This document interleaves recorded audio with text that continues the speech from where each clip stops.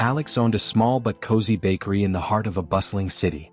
At 32, he had combined the modest inheritance left by his family with his talent, which he had been honing since childhood, to open this bakery. For the past 2 years, this little shop had been both his livelihood and the place where his dreams took shape. Running a bakery in a big city wasn't easy, especially on a busy street where rent was sky-high. But Alex's greatest asset was his exceptional talent. The croissants and pastries he crafted were so good that anyone who tried them just once became a loyal customer. The office workers rushing to their offices in the morning had made it a routine to stop by Alex's bakery for breakfast. After tasting his pastries, they couldn't imagine going anywhere else. This success brought Alex a quiet joy. He was able to pay his bills comfortably and still earn enough to cover his own expenses. But this was only the beginning. Deep down, Alex knew his skills could take him much further. He dreamed of trying out new recipes and, maybe one day, opening a chain of bakeries. His current shop may have been small, but his dreams and determination were larger than life. Every morning, Alex would turn on the lights, check the oven's temperature, and let the comforting scent of flour and butter fill the space as he prepared for the day. Amid the daily hustle, he'd pause for a moment to remind himself how much joy and peace this little bakery brought him. It was early morning and the city was just beginning to wake up. People were slowly making their way to work, and Alex had already prepared his bakery for the day. The display case was filled with fresh croissants, cookies, pastries, and savory treats, each one perfect and waiting for customers. Alex grabbed his coffee and settled behind the counter, watching the quiet street through the window. That's when he noticed her, an old woman struggling to walk down the sidewalk. She was clearly homeless.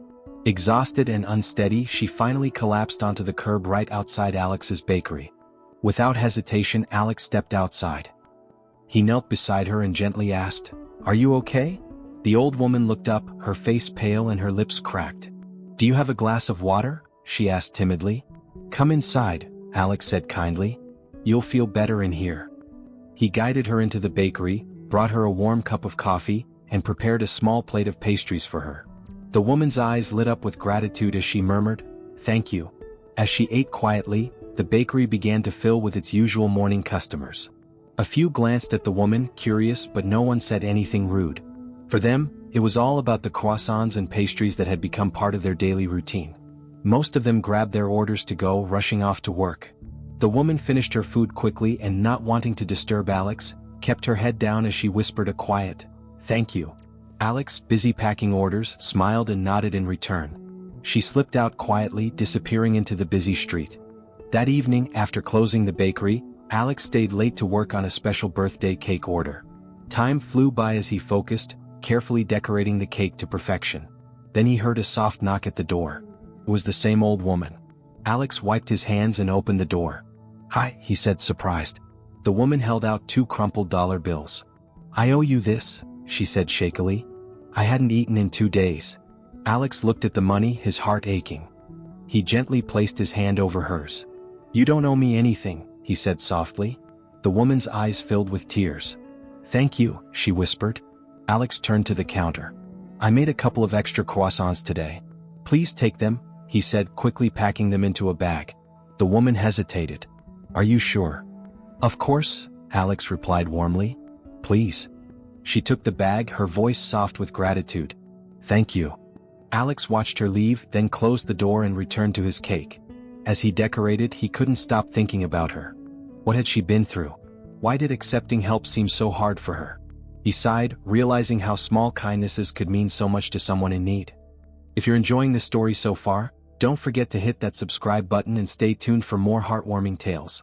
Alex had started his usual routine the next day. The special cake he'd made was carefully packaged and waiting for its owner. A while later, his customers began arriving with their usual enthusiasm. Then the man who had ordered the special cake showed up and picked it up. "You made my daughter's birthday cake last year too. It was amazing. We've been looking forward to this one as well," the man said, praising Alex and thanking him. Hearing words like that always made Alex's day. It reminded him of how far he'd come and gave him confidence in his dreams. Not long after, the shop owner walked in. He was an older man, quiet and stern. Alex always treated him with respect, so he quickly prepared a small plate with pastries and brought it to him with a coffee. "Thanks," the man said, taking a sip of his coffee.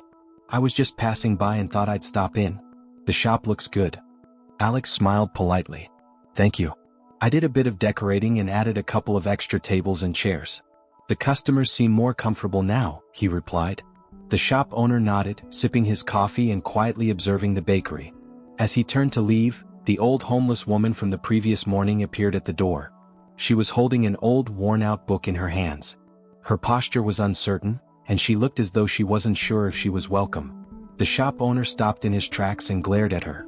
Suddenly, his voice rose sharply. "What are you doing here? You're not allowed in this shop.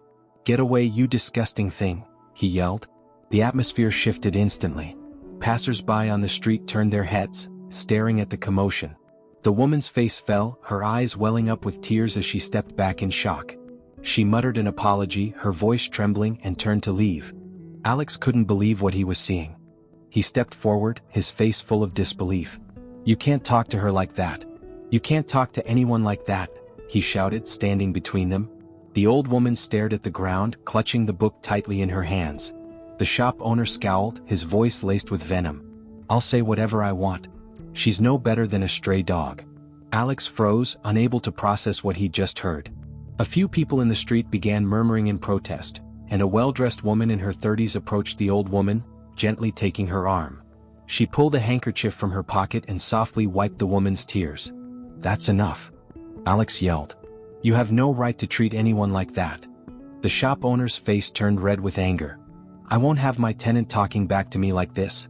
You'll clear out of my shop by tomorrow," he barked before storming off down the street. Alex stood there, stunned. He had just lost the bakery. Finding a new place could take months. For a moment he felt completely frozen. Then he shook himself out of it and rushed to check on the elderly woman. "Please come inside," he said softly. The woman who had comforted her nodded and helped her back into the bakery. Alex brought a glass of water for the old woman, his hands shaking slightly with frustration. "I can't believe what just happened," Alex said angrily, his voice cracking as he tried to control his emotions. The old woman, still tearful, spoke in a trembling voice. "I'm so sorry. This is all my fault." She held out the book in her hands. "This is a recipe book. It belonged to my mother, it's very old. I've kept it for years, but I wanted to give it to you. Because you've been so kind to me. But now you've lost your bakery because of me," she sobbed. The woman beside her, calm and kind, interrupted gently.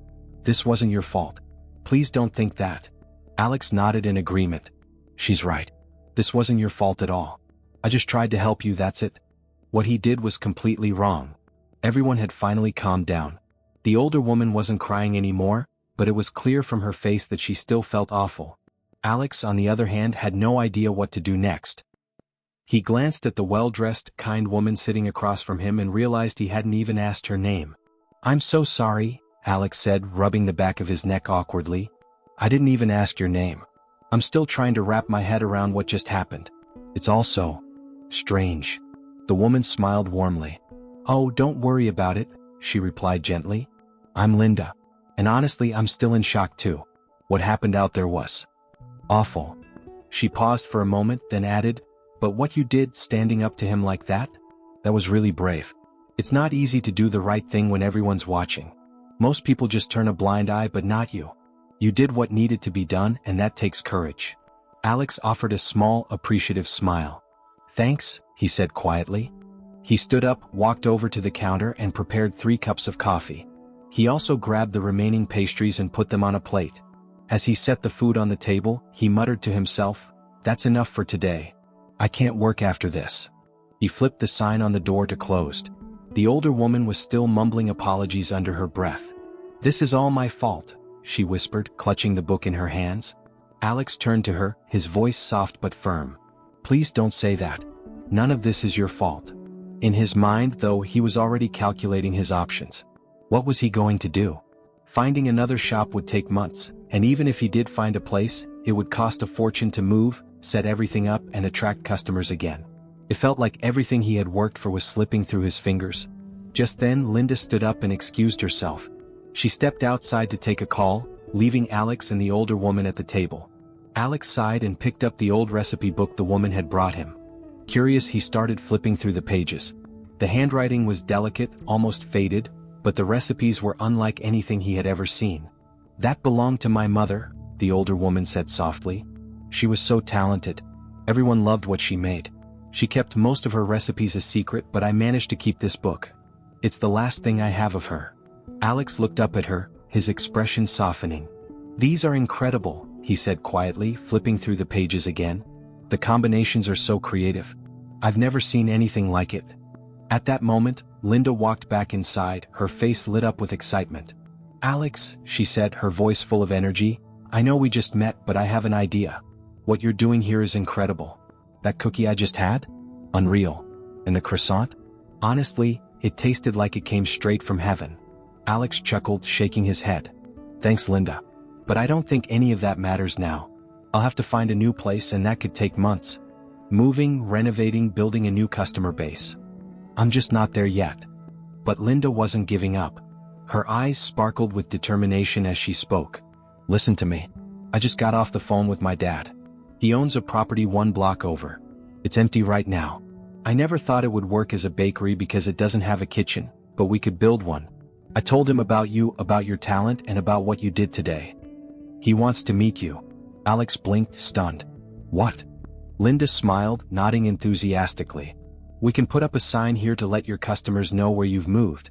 And I'm a social media specialist. I can help you create a campaign to let everyone know about your new place. You deserve so much more than this, Alex, and I'd love to help you get started." Alex stared at her, completely speechless. He couldn't believe what he was hearing. The older woman, who had been silent during their conversation, suddenly spoke up. "I'll help too," she said softly. "I can clean, do dishes. Whatever you need." Alex turned to her, his heart full. "You don't need to do anything but take care of yourself," he replied gently. For a moment, there was nothing but silence in the shop. It was as though everyone could feel the shift happening, like hope was finally finding its way back in. The older woman excused herself and quietly left the shop. Linda and Alex stayed behind, waiting for Linda's father, Martin, to arrive. When Martin walked in, Alex immediately prepared a small plate of sweet and savory treats for him to sample, along with a cup of coffee. Martin was a kind and gentle man, and when he took his first bite, his eyes widened in amazement. "Oh my goodness," Martin exclaimed. "This is incredible. You're really talented. We were thinking about turning the space into a flower shop, but now, I'd much rather lease it to you." They sat down to discuss the rental details and other logistics. During the conversation, Martin also brought up the behavior of Alex's former landlord. "What he did, kicking you out like that, isn't legal," Martin said firmly. "You should consider taking him to court." The next morning, just as the sun was rising, Alex found the older woman waiting outside his shop. Before long, the moving company Alex had hired arrived. They carefully loaded his kitchen equipment and oven onto their truck, ready to move everything to the new location. Martin generously covered all the costs of building a brand new kitchen in the space. Linda and the older woman, without hesitation, pitched in to clean and organize the new shop. Their enthusiasm and willingness to help left Alex feeling deeply grateful. During this time, Alex also filed a lawsuit against his former landlord for wrongful eviction, as Martin had suggested. With Martin's generosity and Linda's dedicated organization, the kitchen was completed at an incredible pace. Alex still couldn't believe everything had come together so quickly. In less than a week, Alex's new bakery was ready, and the grand opening was held. Linda had created a brilliant social media campaign which brought in a huge crowd. Customers streamed in, eager to try Alex's creations, and they were blown away by the flavors. As Alex saw off the last customer, his eyes lingered on Linda. He realized that he couldn't have achieved this much without her support. Something stirred inside him. He recognized just how much strength Linda had given him throughout this journey. At the end of the opening day, the older woman approached Alex and Linda to congratulate them. Alex smiled warmly and quickly went to the kitchen, returning with a special dessert. When he handed it to her, the woman's eyes widened in disbelief. This is my mother's recipe," she whispered. Alex smiled softly. "I named it after her. I'm calling it Lily." The woman's eyes filled with tears as she looked at Alex with pure gratitude. Meanwhile, Linda watched Alex's kindness and thoughtfulness, her heart swelling. In that moment, she realized something she had been feeling all along: she was in love with him. Alex, too, couldn't stop thinking about Linda. Through all the chaos, she had been his rock, and he had grown to care deeply for her. That night, they finally shared their feelings with each other. A few months later, Alex won the lawsuit against his former landlord and used the compensation to make his new shop even better. Also, Linda and Alex arranged for the elderly woman to move into a care home where she could live comfortably and safely. Years later, Alex's bakery had become one of the city's most beloved spots. It now had multiple branches, each carrying Alex's dreams and the story of the Lily dessert. If this story touched your heart, please subscribe and share your thoughts in the comments. See you in the next story.